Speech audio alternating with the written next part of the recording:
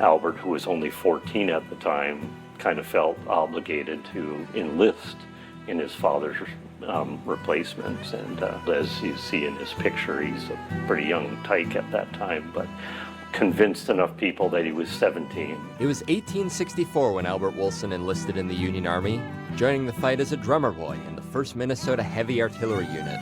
Originally from New York, the Woolson family came to Minnesota when his father was sent to a Union hospital where he would pass away. And his dad died. He was a veteran, and he felt like he was replacing his spot in the battlefield. Jay Hagen runs the St. Louis County Veterans Hall, which houses several artifacts from the war, including Woolson's fife and a replica of his drum, crucial equipment for a drummer boy. The commands that were being, piped out in song as under the bugle or tapped out with was actually marching orders. Most people didn't realize that. So and they're in the front of the line. Woolson would end up in the South, being deployed to Tennessee, but his war would end without seeing action.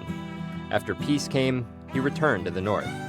He does a number of trade skills and ultimately winds his way up here in Duluth, and he was a very fond of his service. Like hundreds of thousands of other men who fought for the Union, Woolson would re-enlist into a new force, the Grand Army of the Republic.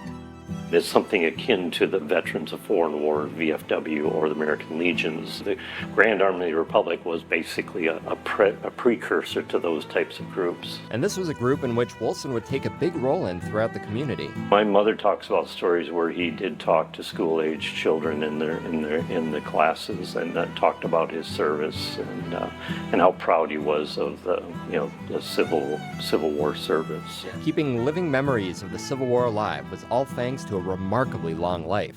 He died in 1956 here in Duluth at St. Luke's Hospital, and again claimed he was 109, but he was only 106. Is he buried here in Duluth? Yes, he is, up at Park Hill Cemetery. He couldn't have possibly known it in 1864, but Albert Woolson, aged 106, became the last man, the very last verified veteran of the American Civil War. His funeral brought in Life magazine. They covered it, and President Eisenhower issued a proclamation for that day, indicating that, in essence, we had lost our last connection to the Civil War, direct connection to the Civil War.